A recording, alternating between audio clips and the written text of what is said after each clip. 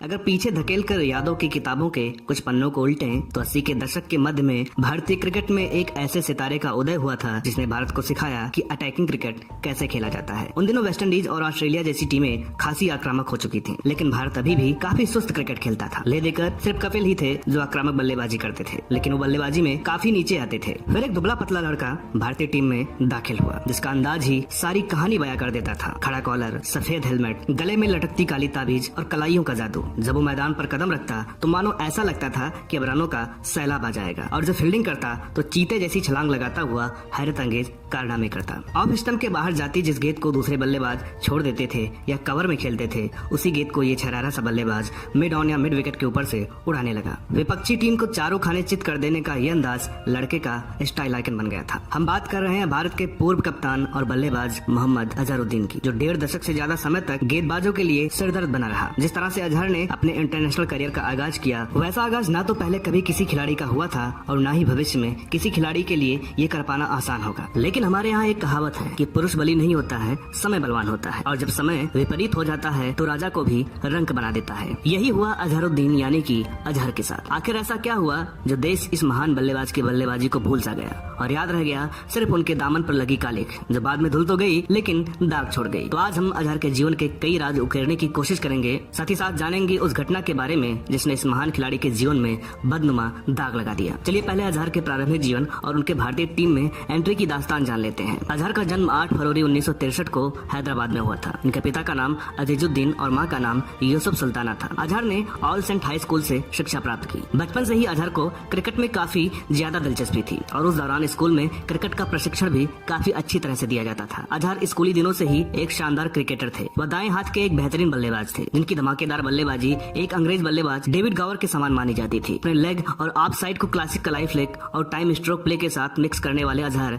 Spin और मध्यम गति के फास्ट बॉलर्स के लिए काफी मुश्किल साबित हुआ करते थे। अजहरुद्दीन को उनकी शानदार कैच स्टाइल, अद्भुत डाइविंग स्टॉप और निप्पी रनआउट के साथ मैदान पर उनकी फुर्ती के लिए भी जाना जाता था। और इसी तरह स्कूल और कॉलेज में क्रिकेट खेलते खेलते अजहर निजाम कॉलेज उस्मानिया यूनिवर्सिटी हैदराबाद से बैचलर ऑफ कॉमर्स में ग्रेजुएट हो गए और फिर उन्होंने बैंक में क्लर्क की नौकरी शुरू कर दी। लेकिन मन में तो क्रिकेटर बनने के सपने हिलोरे मार रहे थे, सो क्रिकेट खेलना भी जारी रखा। समय गुजरा, ऊपर वाले की मेहरबानी हुई और चयनकर्ताओं की नजर इस बेहद होनहार बल्लेबाज पर पड़ी। अजहर को उनकी मेहनत का फल मिला। आखिरकार चमकते चांद की रोशनी कहां तक छुपने वाली थी, उसे तो पूरी दुनिया को रोशन करना था। बात साल 1984 की है जब इंग्लैंड की टीम 5 टेस्ट मैचों की सीरीज खेलने भारत आई। भारत ने मुंबई में खेला गया पहला टेस्ट आसानी से 8 विकेट से जीत लिया, लेकिन दिल्ली में खेला गया दूसरा टेस्ट उतनी ही आसानी से 8 विकेट से हार भी गया, जिस पर काफी हंगामा हो गया। रिजल्ट ये हुआ कि कोलकाता में खेले जाने वाले तीसरे टेस्ट से कपिल देव और संदीप पाटिल को टीम से बाहर कर दिया गया और मौका मिल गया यंग अजहरुद्दीन को। इतने बड़े खिलाड़ी की जगह शामिल किए गए अजहर ने ऐसा कमाल किया कि दुनिया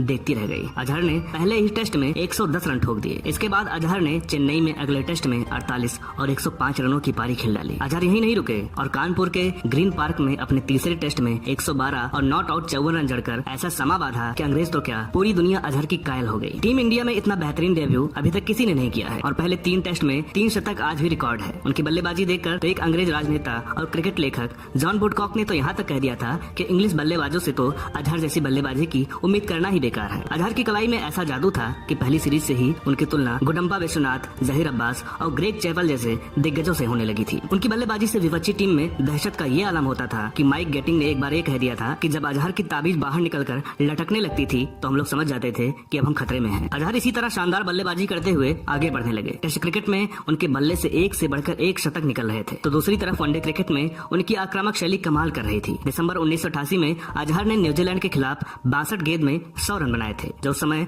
50 ओवर के क्रिकेट में सबसे तेज सैकड़ा था। इसके बाद साल 1990 में अजहर को भारतीय टीम का कप्तान बना दिया गया। अजहर इस भूमिका में भी बखूबी पास हुए और उनके नेतृत्व में टीम इंडिया का प्रदर्शन निखरता चला गया। सौरव गांगुली के कप्तान बनने से पहले तक अजहर भारत के सबसे सफल कप्तान थे। 1996 में अजहर ने सिर्फ 74 गेंदों पर टेस्ट शतक जड़ा, जो आज भी भारतीय रिकॉर्ड है। अजहरुद्दीन ने 4 विश्व कप खेले और 3 विश्व कप में भारतीय टीम का नेतृत्व किया। हालांकि उनकी कप्तानी में भारत विश्व चैंपियन नहीं बन सका। अजहर ने 99 टेस्ट मैचों में 41.03 की औसत से कुल 6,215 रन बनाए हैं। इसमें 199 रन उनका सर्वाधिक व्यक्तिगत स्कोर रहा है। अजहर ने टेस्ट मैचों में 22 शतक एवं 21 अर्धशतक लगाए हैं। इसके अलावा उन्होंने 334 एक दिवसीय मैचों की 308 पारियों में 54 बार नाबाद रहते हुए 36.92 की औसत से कुल 9,378 रन बनाए हैं। इसमें नाबाद 153 रन उनका सर्वाधिक व्यक्तिगत स्कोर रहा है। अजहरुद्दीन ने एक दिवसीय मैचों में 7 शतक एवं 58 अर्धशतक लगाए हैं। उन्होंने 229 फर्स्ट क्लास मैचों में 51.98 की औसत से कुल 15,855 रन बनाए हैं। चलिए बात करते हैं उनके निजी जीवन और उनके दामन पर लगे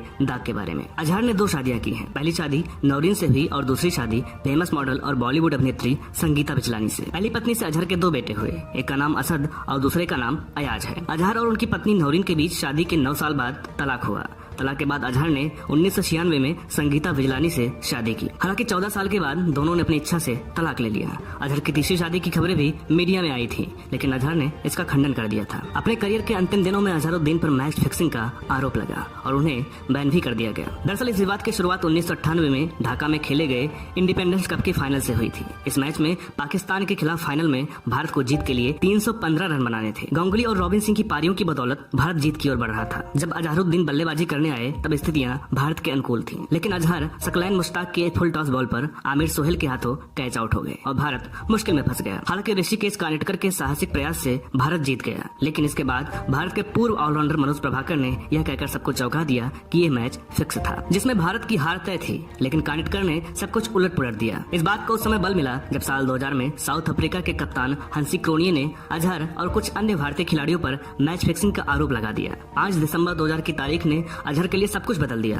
और भारतीय सेंट्रल ब्यूरो ऑफ इन्वेस्टिगेशन यानी सीबीआई ने अपनी रिपोर्ट में उन्हें दोषी पाया। इसका परिणाम ये हुआ कि आईसीसी और बीसीसीआई ने अजहरुद्दीन को क्रिकेट खेलने के लिए आजीवन बैन कर दिया। बाद में साल 2006 में बीसीसीआई ने अजहरुद्दीन पर लगे बैन को अकालीन बताया। अजहर बीसीसीआई के फैसले के खिलाफ अदालत गए और 8 नवंबर 2012 को आंध्र प्रदेश कोर्ट ने अजहर पर लगाया गया आजीवन बैन हटा दिया। इसके बाद अजहरुद्दीन ने प्रेस कॉन्फ्रेंस बुलवाकर कहा था कि केस काफी लंबे समय तक चला और ये 11 सालों का समय बहुत दर्द भरा रहा। सालों तक कोर्ट में लड़ते रहे और आखिरकार कोर्ट ने बैन को लिफ्ट कर दिया। अजहर के दामन पर लगी इस कालिक को भले ही कोर्ट ने फैसला सुनाकर धुल दिया हो, लेकिन दाग तो दाग ही रह गए, क्योंकि अब अजहर का क्रिकेट करियर खत्म हो चुका था और रह गई वो कसक कितना शानदार क्रिकेटर होने के बावजूद अजहर का करियर 99 टेस्ट तक सिमट कर रह गया और टेस्ट का उच्चतम स्कोर 199 रन रह गया। न तो वो टेस्ट खेलने वाले खिलाड़ियों की लिस्ट में शामिल हो सके और न ही दोहरा शतक लगाने वाले खिलाड़ियों में उनकी गिनती हो सकी। हाँ, अपने 99 टेस्ट में शतक लगाकर पहले और आखिरी टेस्ट में शतक लगाने का अद्भुत कारनामा जरूर कर गए। अजहरुद्दीन ने राजनीति में भी हाथ आजमाया। साल 2009 में वे सांसद बने, लेकिन साल 2014 में उन्हें चुनावी पिच पर हार का सामना करना पड़ा। साल 2019 में अजहरुद्दीन को हैदराबाद क्रिकेट संघ का नया अध्यक्ष चुना गया और वर्तमान में वे इसी पद पर हैं। मोहम्मद अजहरुद्दीन को साल 1991 में Wisden cricketer of the year के खिताब से नवाजा गया। उससे पहले 1986 में अर्जुन अवार्ड के अलावा साल 1988 में पद्मश्री के खिताब से भी अजहरुद्दीन को नवाजा गया था। इतना महान बल्लेबाज होने के बावजूद भी उनकी साफ सुथरी जिंदगी को एक दाग लग गया और आज भी अजहरुद्दीन का नाम भारत के सबसे सफल कप्तानों में लिया जाता है।